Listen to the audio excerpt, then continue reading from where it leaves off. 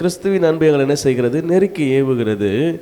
ஏனென்றால் எல்லாருக்காகவும் ஒருவரே மரித்திருக்க, எல்லாரும் பாருங்க, ஒரே ஒருவர் தான் எல்லாருக்காக என்ன செய்திருக்கிறார்? மரித்தார். அதனுடைய அர்த்தம் என்னன்னா, எல்லாரையும் அந்த பாவத்தில் என்ன செய்துட்டார்? மரிக்க வச்சிட்டார். அல்லேலூயா. ஞானஸ்நானம் எடுக்கும்போது அந்த மூழ்கப்படுகிற நேரம் நீங்கள் மரிக்கிற நேரத்துக்கு அடையாளம், எழுந்திருக்கிற நேரம் நீங்கள் பிறக்கிற நேரத்துக்கு அடையாளம். அல்லேலூயா. அதுதான் ஞானஸ்நானத்துடைய அந்த மூழ்கு ஞானஸ்தானம் ஏன் கொடுத்தாங்கன்னா, பாவத்துக்கு மரித்து நீதிக்கென்று பிழைக்கணும். இதுதான் அந்த நீதி.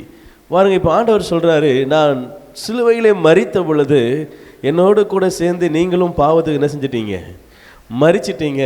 அப்புறம் அவர் எழுந்திருக்கும் போது என்ன செஞ்சிட்டோம்? நம்மளும் ஆமாம் மரித்தீர்கள் என்றும் பிழைத்திருக்கிறவர்கள். இனி இப்போ பிழைச்சாச்சு, இனி யாருக்காக பிழைக்கூடாது? எனக்காக நான் என்ன செய்யக்கூடாது? அல்லேலூயா. நீ நான் யாருக்காக பிழைத்திருக்கணும்? கிறிஸ்துவுக்காக. அல்லேலூயா. அவர் என்னை ரட்சித்தார், அவர் என்னை அவருடைய இரத்தத்தினால் கழுவி இருக்கிறார், அவர் என்னை அவருடைய பரிசுத்த இரத்தத்தை கொடுத்து பிழைக்கிரயமாக கொடுத்து மீட்டு இருக்கிறார். இனி பிழைத்திருக்கிற நான் எனக்கென்று அல்ல, என் கிறிஸ்துவுக்காக. ஆமென்.